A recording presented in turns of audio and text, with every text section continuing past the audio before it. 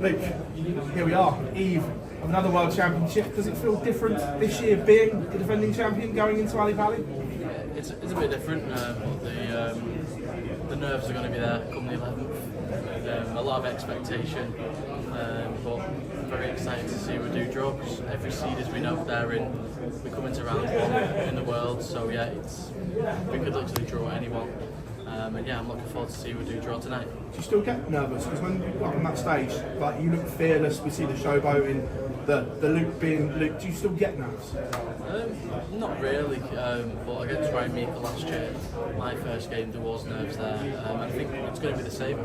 I was nervous when I wasn't champion, and now I'm coming in as a reigning champion. There's going to be a bit of nerves, but once I get a few legs on the board, I'll be good to go.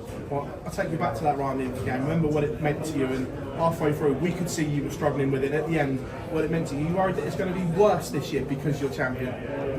I wouldn't say worse, because I know what to expect. If I am nervous, if I start getting the shakes or something, then I know what to do. Just got to compose yourself, drink your water on stage, and yeah. But like I said, there's going to be nerves, 100%. Does the £1 million change the mindset at all? Because last year it was just winning your first, now it's defending and a first one to be the £1 million champion. Yeah, obviously, people are going to say the first £1 million champion, but like you told me the other day, Gary Anderson was been the only person to go back to back, and the last time was 10 years ago. Obviously, Phil Taylor and Adrian Lewis, but it's been 10 years since someone won this back to back, so that's what's on my mind. And then I think about the money. Is that extra motivation because it is so rare for someone to defend this title? Yeah, it's so rare. Obviously, as a fan, I think Rob Cross winning the World Championships was absolutely insane. But yeah, it's not easy to go back to back. It's not easy to win it. But yeah, that's all I'm thinking about. Already in your young career, people are already putting you in the top 5 of all time among the greats. Do you think you're there yet? I don't know. Obviously, Michael and Phil, they've won 2, 3, 4 of everything near enough.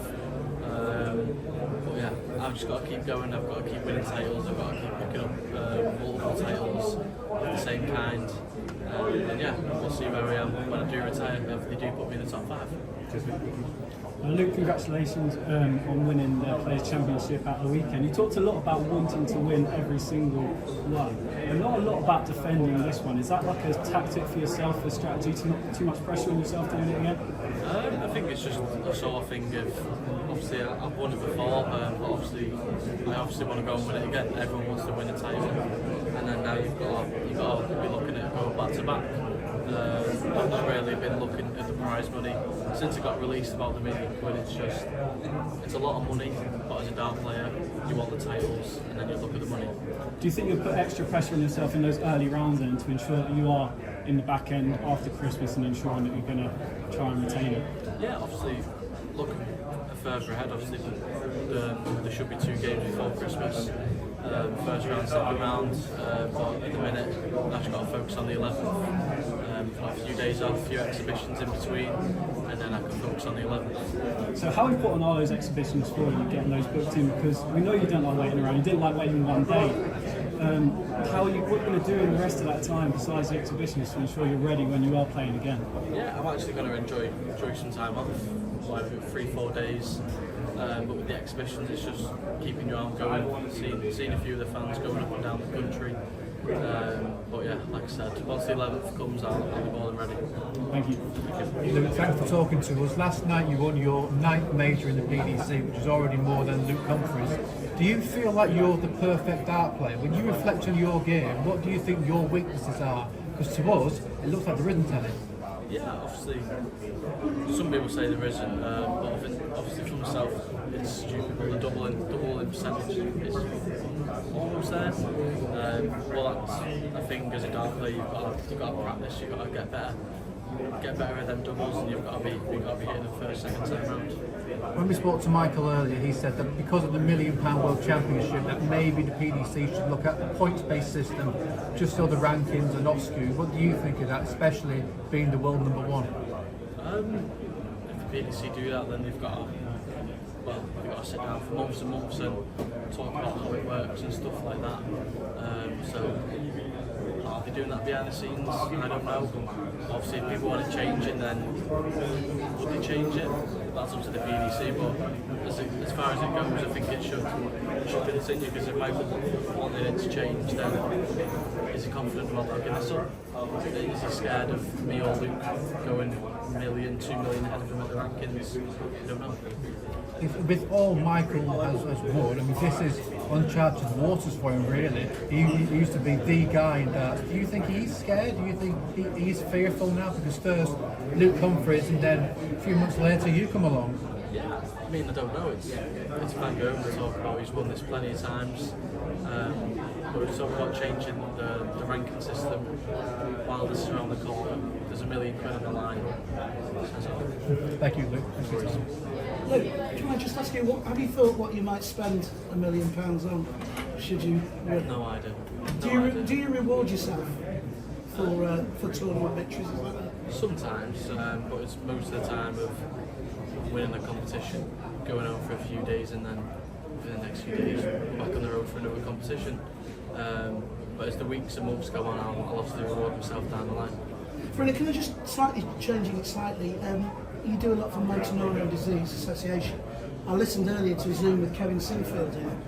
It starts on the 1st, he's doing 7 marathons in 7 days. I know you've raised an awful lot of money for them too.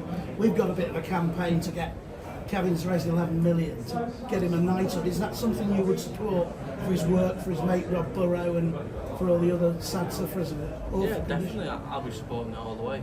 I've said, is it 7 marathons? He's been doing it for years on years now, and obviously I'll show my support. Obviously I'll have a little watch if I can.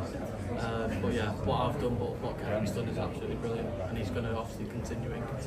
You don't fancy joining the marathon thing? They were looking Listen, I'm saying nothing. maybe once. Big Man United fan, I've got to ask you, would you trade winning this for lifting the Premier League title as Manchester United strong? No, I'd want to lift this again. Luke,